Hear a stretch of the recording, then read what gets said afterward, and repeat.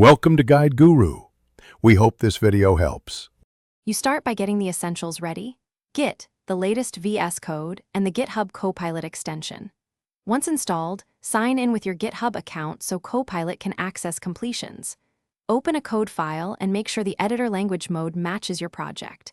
Then enable Copilot from the bottom status bar. This activates inline suggestions. Do this now so suggestions appear as you type. This saves time and gives context-aware completions right away. Once Copilot is active, type a function name or a comment describing intent and watch suggestions appear. You can accept a suggestion with Tab or Control plus Enter. If you want a different option, cycle alternatives with Alt plus Left or Alt plus Right. Make sure to add clear comments.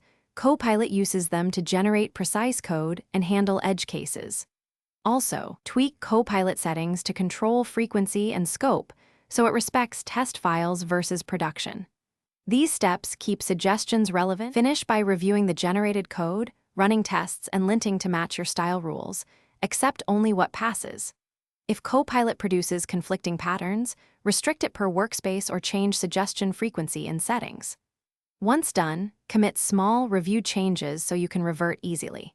If suggestions suddenly stop, reload the window, confirm you're signed in, and check the extension panel. Reinstall the extension only if needed. This single troubleshooting tip.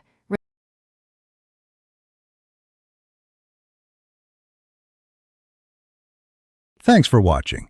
Consider subscribing if we helped you today.